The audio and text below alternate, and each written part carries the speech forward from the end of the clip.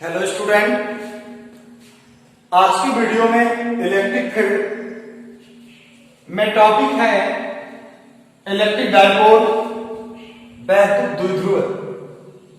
बच्चों, वैद्युत द्विध्रुव नाम है द्विध्रुव मतलब इलेक्ट्रिक, यानी इलेक्ट्रिक का द्विध्रुव इलेक्ट्रिक कब होगा? जब चार्ज होगा। यदि चार्ज आपका नहीं है तो इलेक्ट्रिक वही होगी जहां पे क्या होगा? चार्ज होगा, क्योंकि चार्ज ही आपका इलेक्ट्रिक डिराइव करता है। कौन? चार्ज। तो ये चार्ज जो है तो डाइपोल में कब बनेगा? कि जब सेम मैग्नीट्यूड के 2 point charge but difference nature और short distance state situations are called that electric dipole. मतलब कहने का कि दो बिंदु आवेश समान परिमाण के हों और उनकी प्रकृति विपरीत हो और एक दूसरे से अल्प दूरी पर स्थित हो तो उसे हम इलेक्ट्रिक डाइपोल कहते हैं। तो एक आप दो चार्ज लीजिए, 2 पॉइंट लीजिए, एक ए और एक बी। इस पॉइंट पर पॉजिटिव चार्ज की कूलम्ब तो दूसरे वाले पे negative point charge same magnitude का होना चाहिए। यानी जितने कूलम्ब का एक क्यू कूलम्ब आवेश है उतने का ही माइनस क्यू कूलम्ब होना चाहिए। इसका मिड पॉइंट बच्चों कितना होता है? ओ, जिससे सर्टेन डिस्टेंस इसकी एल होती है और इधर वाली भी डिस्टेंस एल होती है। टोटल शॉर्ट डिस्टेंस जो होती है ये इस द्विध्रुव की लंबाई 2l। यानी जब भी आपको इलेक्ट्रिक डाइपोल की रचना करनी हो तो दो समान परिमाण के परंतु विपरीत प्रकृति के आवेश को लेते हैं। दो समान परिमाण के परंतु विपरीत प्रकृति के आवेश को लेते हैं और ये दोनों एक दूसरे से अल्प दूरी पर स्थित होते हैं। तो इस प्रकार का स्ट्रक्चर जहां भी देखने को मिले तो उसे आप किसका नाम दे सकते हैं? इलेक्ट्रिक डाइपोल का नाम दे सकते हैं। जैसे फॉर एग्जांपल HCl हुआ, H2O हुआ, ये सब जो है आपके ये इलेक्ट्रिक डाइपोल है। इनसे इलेक्ट्रिक डाइपोल का निर्माण होता है। मीथेन से भी इलेक्ट्रिक डाइपोल, कार्बन डाइऑक्साइड, अनेक अणु ऐसे हैं कि जिनसे आप इलेक्ट्रिक डाइपोल का निर्माण होते हुए इनके स्ट्रक्चर का अध्ययन करते हैं। तो फिलहाल तक आप यहाँ पे HCl को देखें तो H और Cl एक दूसरे से अल्प डिस्टेंस पर होते हैं। ये पॉजिटिव के निगेटिव तो मिलकर के दोनों के सेम मैग्नीट्यूड हो जाते हैं। शॉर्ट डिस्टेंस होती है इनके बीच की, जो एक पॉजिटिव चार्ज का मैग्नीट्यूड और एक पर उतने ही मैग्नीट्यूड का निगेटिव चार्ज होता है, जिससे यह एक किसका निर्माण करते हैं? इलेक्ट्रिक डाइपोल का निर्माण करते हैं। तो हमें इलेक्ट्रिक डाइपोल की डिफिनेशन समझ में आई होगी कि जब दो समान परिमाण के आवेश विपरीत प्रकृति के, दो बातें ध्यान देनी होती है कि समान परिमाण का होना चाहिए, समान परिमाण के साथ साथ ये विपरीत प्रकृति के होने चाहिए और एक दूसरे से अल्प दूरी पर, बहुत कम दूरी पर स्थित हो तो उसे हम इलेक्ट्रिक डाइपोल कहते हैं। फॉर एग्जांपल के लिए अगर हम +5 कूलम्ब का चार्ज है और यहाँ पे -5 कूलम्ब का चार्ज है आपका, तो इसके बीच की जो डिस्टेंस है ये पॉजिटिव 5 कूलम्ब, यहाँ पे नेगेटिव -5 कूलम्ब और सर्टेन डिस्टेंस 2 सेंटीमीटर हो। कितनी हो? 2 सेंटीमीटर हो तो यह 1 सेंटीमीटर होगा, यह 1 सेंटीमीटर होगा, क्योंकि इस मिड पॉइंट O से डिस्टेंस L, 2L है तो L। अगर 2 सेंटीमीटर है तो आधा 1/2 1 सेंटीमीटर, 1/2 1 सेंटीमीटर होगा। तो यह एक क्या बनाएगा? Electric dipole. या इस पर 3 माइक्रो कूलम्ब पॉजिटिव है तो अगला जो होगा इससे थोड़ी सी दूरी पर वो -3 माइक्रोकूलम पर होगा। तो यह आपका 1 सेंटीमीटर डिस्टेंस है बीच की। तो यह भी एक क्या होगा, इलेक्ट्रिक डाइपोल होगा। यानी इलेक्ट्रिक डाइपोल है क्या, कोई बहुत बड़ी चीज नहीं है, बस आप यूं कह लीजिए कि इलेक्ट्रिक जो डाइपोल है वह दो समान परिमाण के बिंदु आवेश बशर्ते उनकी प्रकृति एक दूसरे के क्या हो, विपरीत हो, एक दूसरे से अल्प दूरी पर स्थित हो, तो उसे हम इलेक्ट्रिक डाइपोल के नाम से जानते हैं। इस इलेक्ट्रिक डाइपोल की ये डिफिनेशन हो गई। बट बच्चों इलेक्ट्रिक डाइपोल जो है, इस इलेक्ट्रिक डाइपोल में एक और डिफिनेशन है। इलेक्ट्रिक डाइपोल को P से रिप्रेजेंट करते हैं, लेकिन इलेक्ट्रिक डाइपोल में किसी एक बिंदु आवेश और उसके बीच की अल्प दूरी के गुणनफल को भी वैद्युत द्विध्रुव कहते हैं। मतलब एक कोई आवेश Q ले लिया गया, इसके बीच की जो शॉर्ट डिस्टेंस है वो 2L है, तो P इसे 2QL लिख सकते हैं। या तो उनमें से कोई एक आवेश और बीच की दूरी के गुणनफल को भी क्या कहा जाता है, वैद्युत द्विध्रुव के नाम से जानते हैं। वैद्युत द्विध्रुव एक वेक्टर क्वांटिटीज है। वैद्युत द्विध्रुव electric dipole is a vector quantities. Electric dipole is a vector quantities, यह एक सदिश राशि है। अब इसमें इसकी यूनिट क्या होगी, unit of electric dipole, unit of electric dipole equal to coulomb into metre, coulomb into metre. Electric dipole की यूनिट क्या होती है, कूलम इंटू मीटर होती है। तो आपको समझ में आ गया होगा कि इलेक्ट्रिक डाइपोल क्या है। दो समान परिमाण के परंतु विपरीत प्रकृति के बिंदु आवेश एक दूसरे से अल्प दूरी पर स्थित होते हैं, तो उसे इलेक्ट्रिक डाइपोल कहा जाता है। अब छोटा सा एक न्यूमेरिकल इसी पर देखते हैं हम लोग।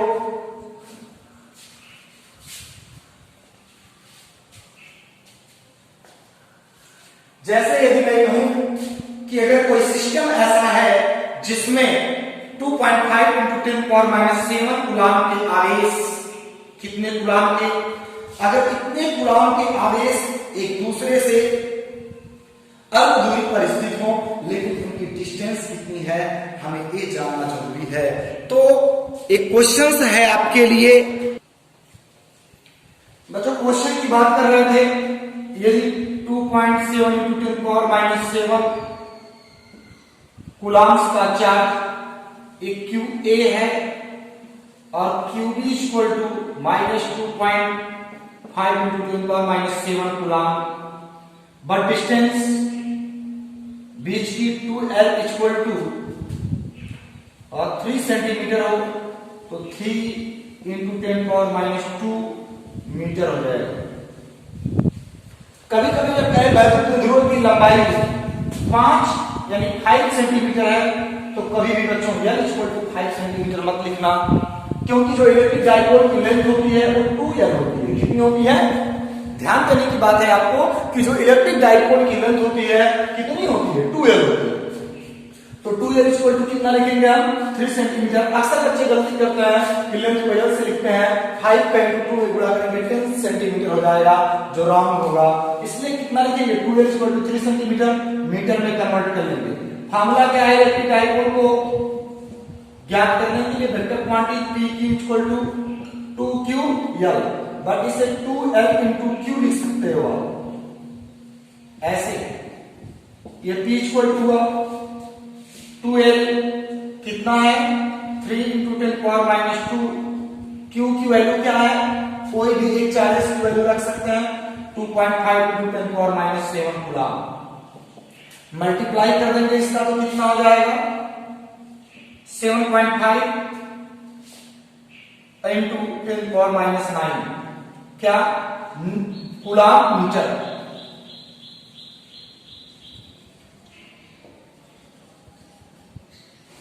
ये आंसर हो गया। तो इस तरह से यदि कोई भी क्वेश्चन आपको मिलता है कि यदि किसी निकाय में दो बिंदु आवेश जिनके परिमाण 2.5 × 10⁻⁷ और -2.5 × 10⁻⁷ कूलम है, यदि इस इलेक्ट्रिक डाइपोल की लंबाई 3 सेंटीमीटर है, लंबाई 3 सेंटीमीटर है, तो उसे हम L = 3 सेंटीमीटर ना लिख करके 2L = 3 सेंटीमीटर लिखेंगे। यानी इस इलेक्ट्रिक डाइपोल की लेंथ हो गई, तो क्या है उसका वैद्युत द्विध्रुव याद कीजिए। तो वैद्युत द्विध्रुव T = क्या होता है 2QL, यानी 2L उसकी लंबाई, Q उसमें से एक कोई आवेश। आप वैल्यू को पुट करके इसे सॉल्व कर लेंगे तो आपको आंसर मिल जाएगा।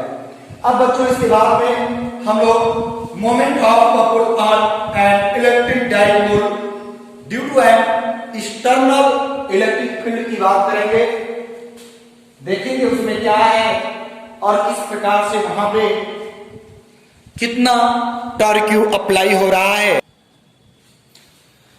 बच्चों बड़ा पॉइंट है, moment of couple on an electric dipole due to an external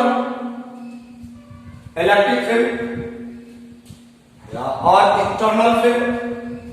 कहने का तात्पर्य है कि अब जो एक्सटर्नल इलेक्ट्रिक फील्ड है,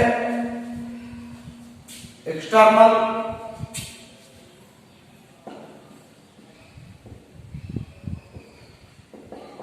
इलेक्ट्रिक फील्ड बाह्य वैद्युत क्षेत्र के कारण वैद्युत द्विध्रुव पर बल युग्म का आघूर्ण, कपल्स युग्म जो पेयर है इनका, अगर एक इलेक्ट्रिक डाइपोल हम बनाते हैं तो pair charge +1 second -1 same magnitude mid point O sided distance mid point from L and L, total distance 2L, ये रिप्रेजेंट होता है। कहां रिप्रेजेंट होता है बच्चों? इलेक्ट्रिक डाइपोल में।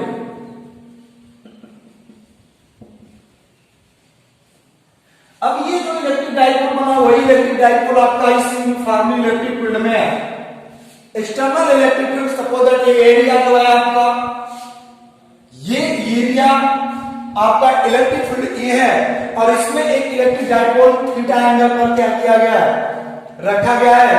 तो इस पर इन युग्मों के कारण कितना बल युग्म का आघूर्ण आरोपित होगा, तो हमें पहले पीछे इलेक्ट्रिक चार्ज में पढ़ा गया है कि यदि यहां से कोई इलेक्ट्रिक फील्ड है, इसमें कोई चार्ज में रखा हूं जिस पर फोर्स कार्य करता है, कितने मैग्नीट्यूड का, QE मैग्नीट्यूड का।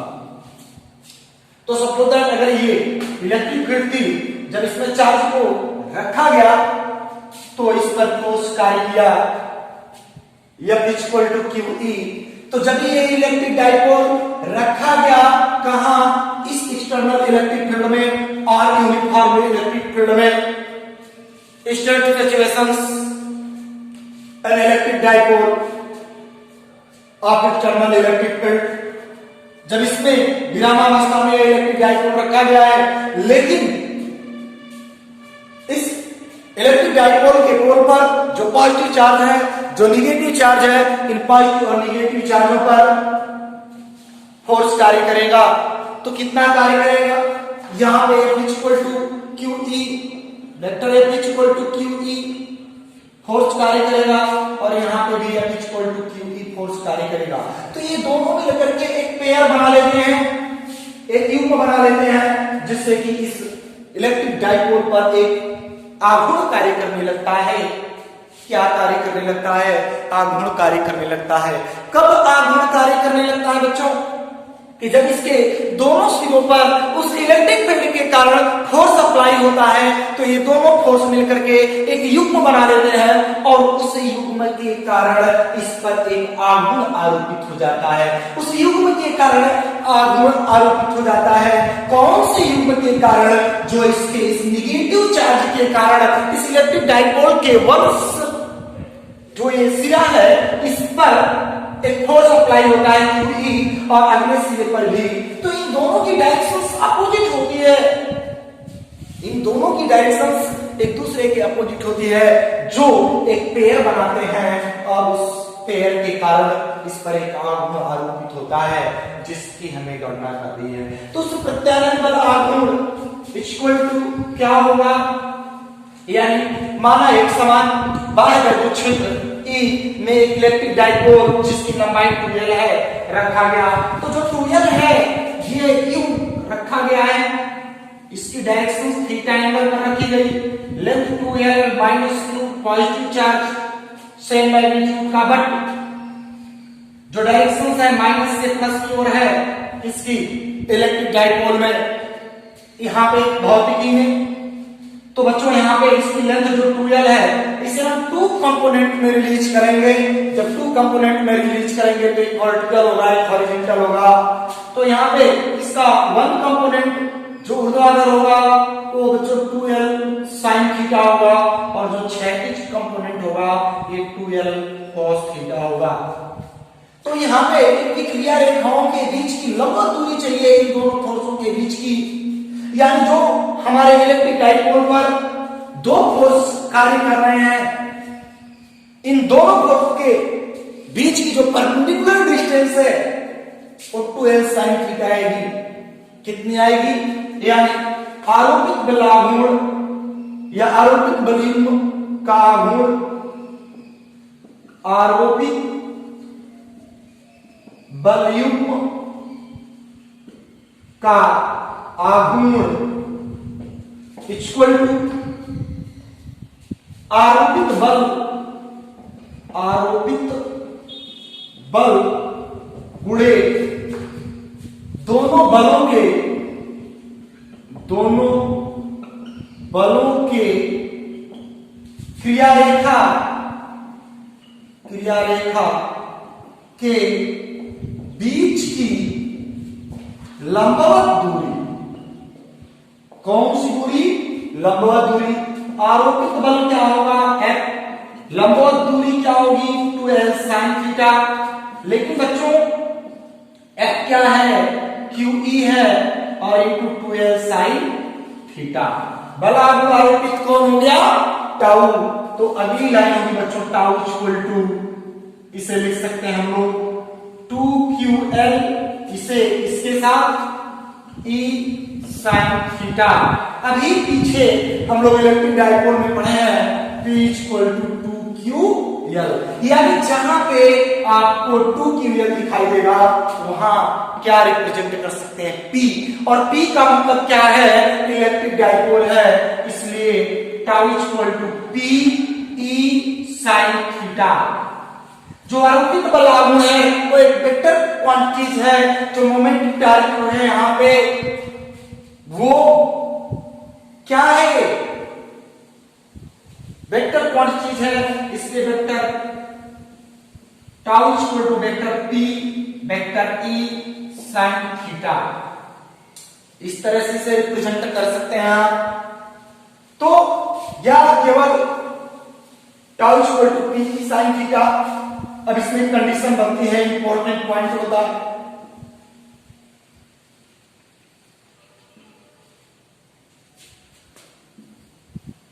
इंपॉर्टेंट पॉइंट क्या है इसका, यदि थीटा इक्वल टू 0 एंगल हो जाए,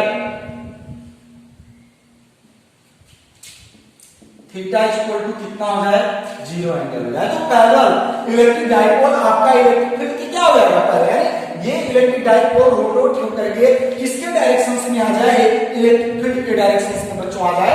यानी जो इलेक्ट्रिक डाइपोल है और जो इलेक्ट्रिक फील्ड की डायरेक्शन है दोनों सेम हो जाए, तो ऐसी सिचुएशन में एंगल 0 अंश का होगा। और जब एंगल 0 अंश का होगा तो इंपॉर्टेंट पॉइंट बनता है कि वैल्यू, मैग्नेटिक वैल्यू आप टार्क्यू बल आघूर्ण का, तो कितना हो जाएगा यहाँ पे tau equal to P E sin 0। sin 0 की वैल्यू 0, तो टोटल वैल्यू क्या मिल जाएगी, 0। यानी बल आघूर्ण कब शून्य होगा, कि जब इलेक्ट्रिक डाइपोल की डायरेक्शंस इलेक्ट्रिक फील्ड की डायरेक्शंस में आ जाएगी। यदि वह परपेंडिकुलर हो जाए, 90 अंश का कोण बनाए, दूसरा point theta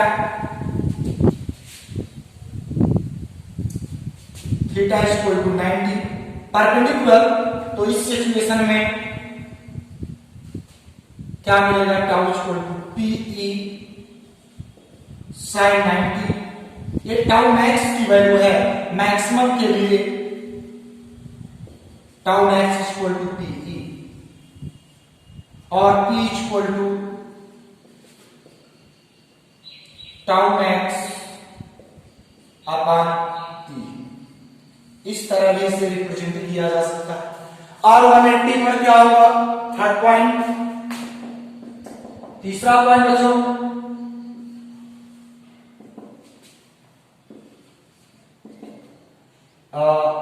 theta equal to 180 हो जाए, then tau equal to P E sine 180, तो भी कितना हो जाएगा, 0 मिल जाएगा। कितना मिल जाएगा, लगभग नियर अबाउट, यानी ये कुछ इसकी वैल्यू थी कि कितने डिग्री पर क्या मिलेगा, तो टाउ की वैल्यू पर भी। इस दशा में जो इलेक्ट्रिक फील्ड की डायरेक्शन से और जो बच्चों इलेक्ट्रिक डाइपोल की डायरेक्शन से अपोजिट हो जाए, एक दूसरे की विपरीत दिशा में हो जाए, मतलब इलेक्ट्रिक फील्ड की इधर डायरेक्शन, इलेक्ट्रिक डाइपोल की डायरेक्शन इधर हो जाए, तो इस सिचुएशन में भी टाउ की वैल्यू कितनी मिलेगी, 0 मिल जाएगी। तो ये 3 पॉइंट जिसे आप याद रखेंगे। मैक्सिमम वैल्यू कितने की मिलेगी, 90 पर मिलती है इसकी, और इसमें इस तरह की कंडीशनों पर हमें विशेष ध्यान रखना चाहिए। अब हम लोग अगले पॉइंट की ओर बढ़ते हैं। फिलहाल तक ये चीजें आपके लिए इंपॉर्टेंट है, ध्यान दीजिएगा कि अगर कोई भी इलेक्ट्रिक डाइपोल किसी एक्सटर्नल इलेक्ट्रिक फील्ड में रखा जाता है तो उस पर बलाढ्य कार्य करता है, tau equal to P E sine theta. Next अगली हेडिंग की ओर बढ़ेंगे बच्चों। हेडिंग है intensity of electric field due to an electric dipole in axial position. वैद्युत द्विध्रुव के कारण अच्छी स्थिति में वैद्युत क्षेत्र की तीव्रता, तो ये इलेक्ट्रिक डाइपोल है, या माइनस क्यू कूलम का आवेश रखा गया, इस पर प्लस क्यू कूलम से मिलकर के इलेक्ट्रिक डाइपोल बना। इसके मिड पॉइंट से r डिस्टेंस पर एक पॉइंट P है, जहां पर वैद्युत क्षेत्र की तीव्रता ज्ञात करना है। किसके कारण ज्ञात करना है, वैद्युत द्विध्रुव के कारण। Electric field, intensity of electric field due to an electric dipole in axial position. Axial position अच्छी स्थिति की बात कर रहा है, चूंकि इलेक्ट्रिक डाइपोल के कारण दो स्थितियों में हम इंटेंसिटी ऑफ इलेक्ट्रिक फील्ड को कंसीडर कर सकते हैं। वन है एक्सल पोजीशन, और दूसरा है नॉन एक्सल पोजीशन। तो जिसमें से हम इस पर चर्चा कर रहे हैं, इलेक्ट्रिक डाइपोल की एक्सल पोजीशन की बात कर रहे हैं, क्षैतिज अक्ष। यदि आपका क्षैतिज इलेक्ट्रिकल डाइपोल है तो उस इलेक्ट्रिक डाइपोल से सर्टेन डिस्टेंस पर इंटेंसिटी ऑफ इलेक्ट्रिक फील्ड बच्चों हमें कंसीडर करनी है। तो इसके लिए let one electric dipole made 2 point charge same magnitude but difference natures plus Q or minus Q and length 2l। Mid point को from consider of intensity electric field certain distance r in which directions of positive charge q are e2 and negative charge minus q are directions are due to intensity of electric field in a directions e1 after E1 equal to, यानी जो आपका यहां पे minus Q आवेश है, इस minus Q आवेश के कारण E1 वैद्युत क्षेत्र की तीव्रता ऋणात्मक आवेश की ओर इस प्लस क्यू आवेश के कारण वैद्युत क्षेत्र की तीव्रता E2 बाहर की ओर है। तो यहां पे E equal to 1/4 pi epsilon 0। ध्यान देंगे इस बिंदु आवेश के कारण इस बिंदु पर वैद्युत क्षेत्र की तीव्रता कितनी होगी। तो यहां से A point, suppose that A B point है, बी पॉइंट है, तो ए से लेकर के पी तक की डिस्टेंस कितनी हो जाएगी, आर प्लस एल हो जाएगी बच्चों। कितनी हो जाएगी, आर प्लस एल। बट अगर डायरेक्शंस केवल बी तक की बात करेंगे तो यहां तक की डायरेक्शंस कितनी होगी,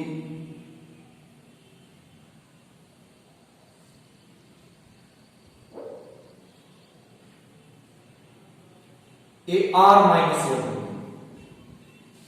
यानी बीपी की डिस्टेंस आर माइनस एल और एपी की डिस्टेंस बच्चों कितनी होगी, आर प्लस एल।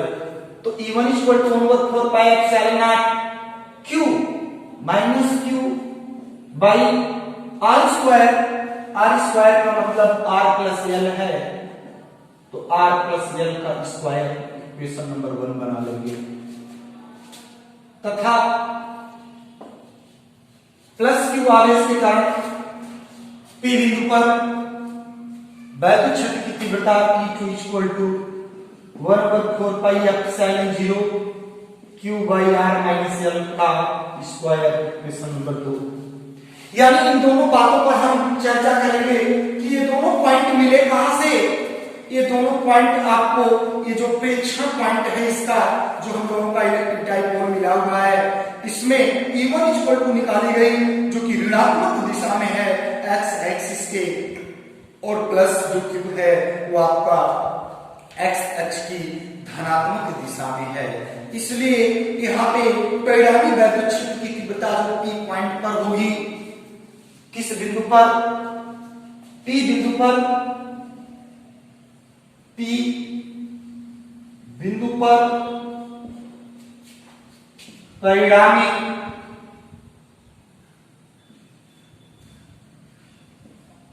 वैद्युत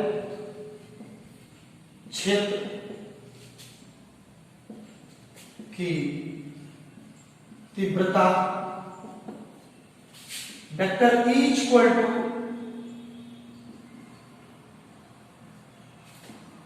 E1 प्लस E2 होगी। तो E इक्वल टू E1 की वैल्यू बच्चों 1/4 pi epsilon nought minus Q by are plus L का होल स्क्वायर। E2 की value 1/4 pi epsilon nought Q by are minus L की power.